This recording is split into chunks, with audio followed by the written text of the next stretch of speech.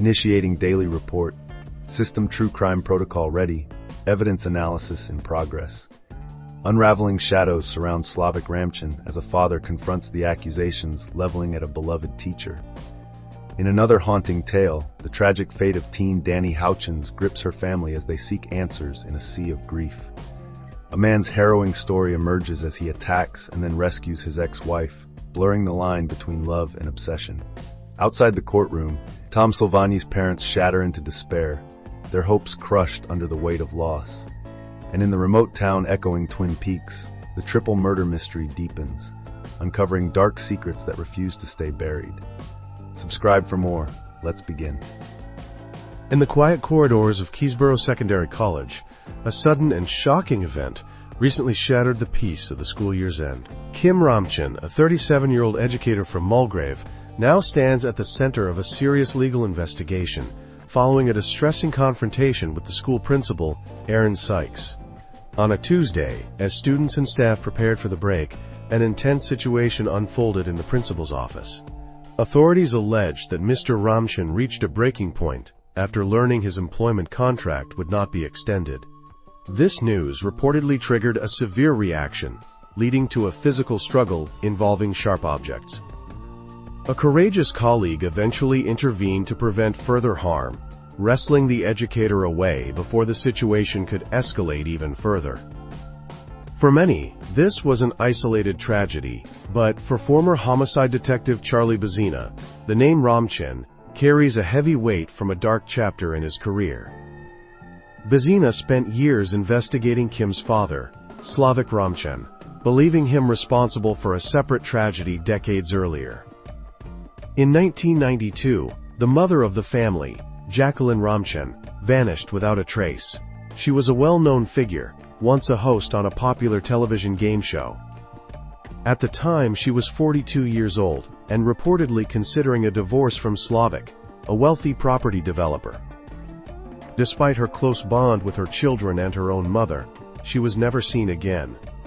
Detective Bezina was convinced of the father's involvement. He explored every possibility, from the rugged forests of the Macedon Ranges to the foundations of the developer's many construction projects. There were theories that the remains might have been concealed within the very concrete of his buildings, yet without a body or direct evidence, the case remained a mystery. Bezina described the father as a suspect from day one, noting that the motive likely centered on a refusal to share his significant wealth during a potential divorce. It was not until 2002 that charges were finally brought against Slavik. However, the legal proceedings ended abruptly. A magistrate ruled that while it was likely the victim had passed away, there was not enough evidence to prove a crime beyond a reasonable doubt in a criminal court. Just 6 months after walking free, Slavik passed away from cancer, leaving the case forever unresolved in the eyes of the law.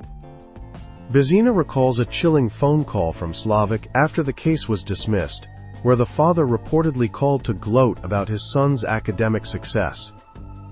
During recent court hearings, Kim's older brother, Lev Ramchin, who works as a lawyer, shed light on their difficult upbringing. He described their father as a strict and demanding parent who raised them alone after their mother's mysterious disappearance. Lev had to step in as a guardian for his younger siblings when their father became terminally ill. He recalled how, even amidst the chaos of their home life, Kim had been an exceptionally high-achieving student, earning a near-perfect academic score of 99.95. Now, as Kim Ramchin prepares to return to court next month, the shadows of the past have returned to the public eye.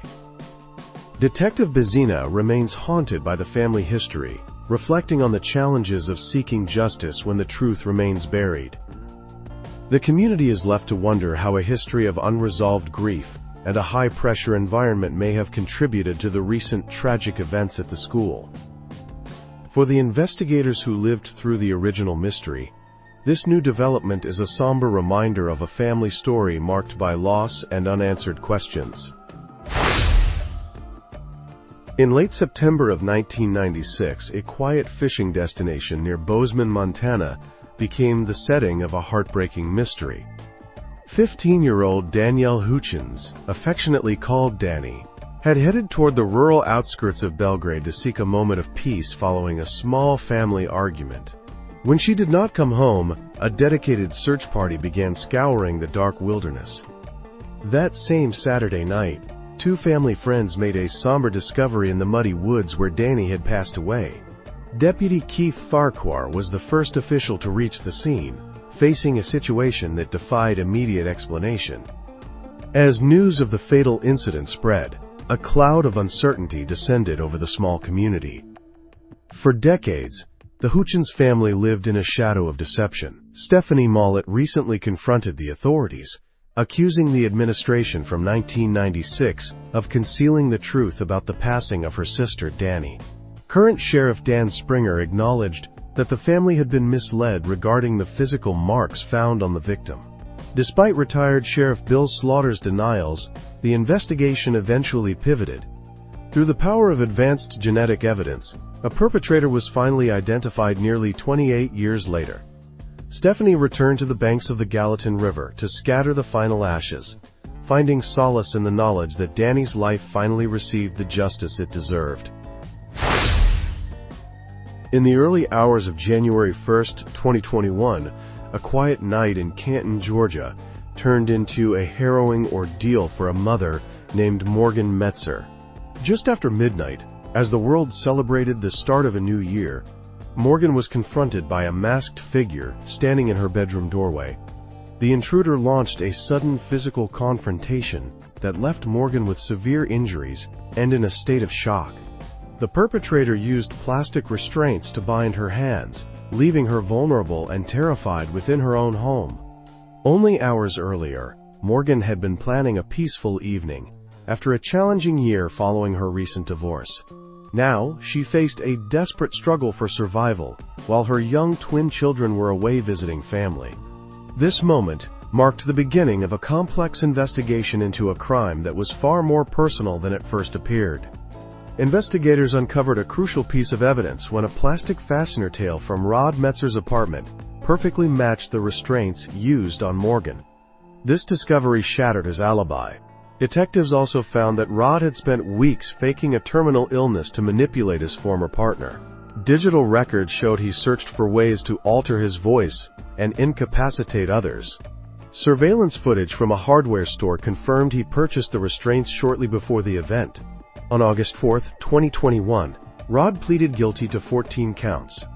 He received a 25-year prison sentence, while Morgan now dedicates her life to supporting other survivors. Outside the County Court of Victoria, a high-profile family is facing a public crisis following a significant legal verdict. 23-year-old Tom Silvangi has been found guilty of 2 counts of serious assault involving a 20-year-old woman. The incident took place on January 14, 2024, at a residence in Balwyn North. The court heard how the perpetrator used deception to gain access to the victim in a darkened room, leading to a profound violation of her trust. During the proceedings, the brave survivor delivered a moving statement, explaining how the event led to a diagnosis of post-traumatic stress and fundamentally altered her ability to trust others.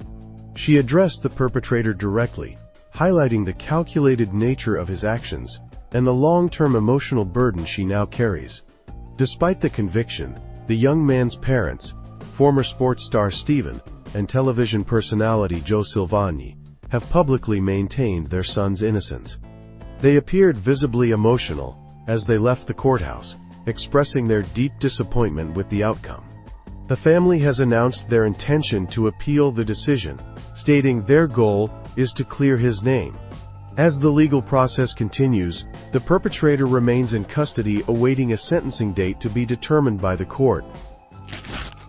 In the heart of the Balkan Mountains, a mystery is unfolding that local authorities describe as something straight out of a dark television drama. On a recent Sunday, Bulgarian officials announced a startling discovery near Mount Okolchitsa. Inside a camping van, the remains of 3 individuals were found. This group, consisting of 2 men and a 15-year-old boy, were the primary suspects in a fatal incident that occurred just 1 week earlier on February 2nd. That initial tragedy took place at a remote mountain lodge, located 50 miles away from where the van was eventually spotted by a local shepherd. All those involved were connected to a controversial non-governmental organization known as the National Protected Areas Control Agency. While the group claimed to be a youth camp and ranger service, officials like Denyo Denev have pointed to a darker reality involving paramilitary activities and serious allegations of misconduct.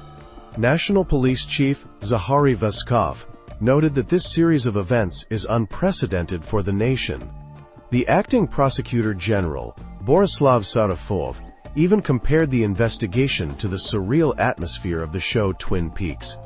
As investigators piece together what happened inside that van, the community is left searching for answers in a case where the line between protection and peril remains dangerously blurred.